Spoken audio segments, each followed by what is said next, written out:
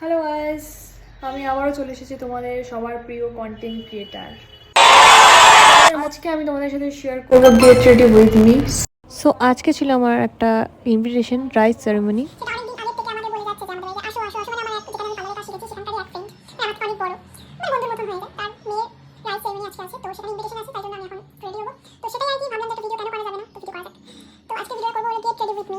Routine দেখি মানে অনেকে না, কেউই না, যাই হোক বিশ্বাস করি সাপ্লাই অন ডিমান্ডের উপরে, তাই জন্য আমি একটা ভিডিও শেয়ার করি না।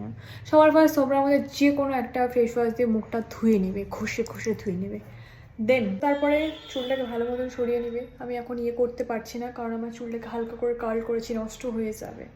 তো সেই কারণে একটা বায়োটিকের ময়শ্চারাইজার নেবে, সেটা আমি বেশ কিছুদিন ধরে ইউজ করছি।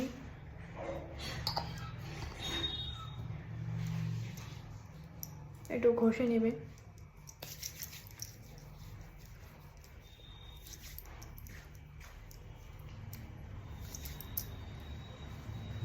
কারণ নিজের থোবরা এরকম ডার্ক সার্কেল, পিম্পলের ডার্কনেস দিয়ে আমি আর কি থোবরা দেখাবো গাইস।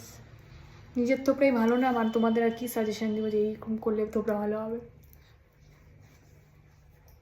যাই হোক, সাপ্লাই আর ডিমান্ডের উপর আমি বিশ্বাস করি, তাই আমি তোমার সাথে শেয়ার করছি।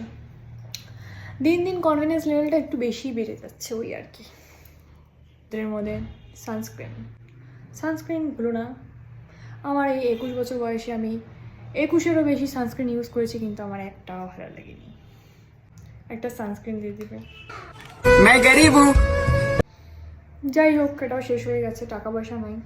আমার যেখানে যাওয়ার কথা ছিল সেখানে অলরেডি আমি লেট, তো সেই কারণে আমি তোমাদের সাথে মেকআপ ভিডিওটা শেয়ার করছি। ডার্ক সার্কেলগুলো একটু ঢাকতে হবে, নাহলে বিভৎস লাগছে। একটু ঠোঁটে লিপস্টিক দেবো, যা যা দেওয়ার দিয়ে দেবো। আমি রেডি। আমার হালকা করে মেকআপ করেছি, হালকা করে একদম হালকা টাচ আপ দিয়েছি। আর এই একটা চশমা পরে নেব, একটু বড় লুকস লাগবে, তাহলে চশমাটা পরলে একটু বড় লুকস লাগছে। তো এটাই আমার গেট রেডি উইথ মি। যদি ভালো লাগে লাইক করে দিও, শেয়ার করে দিও। আর আমি লেট হয়ে গেছে অলরেডি, এখন বাজে 3:45। Already I am late. তো বাই।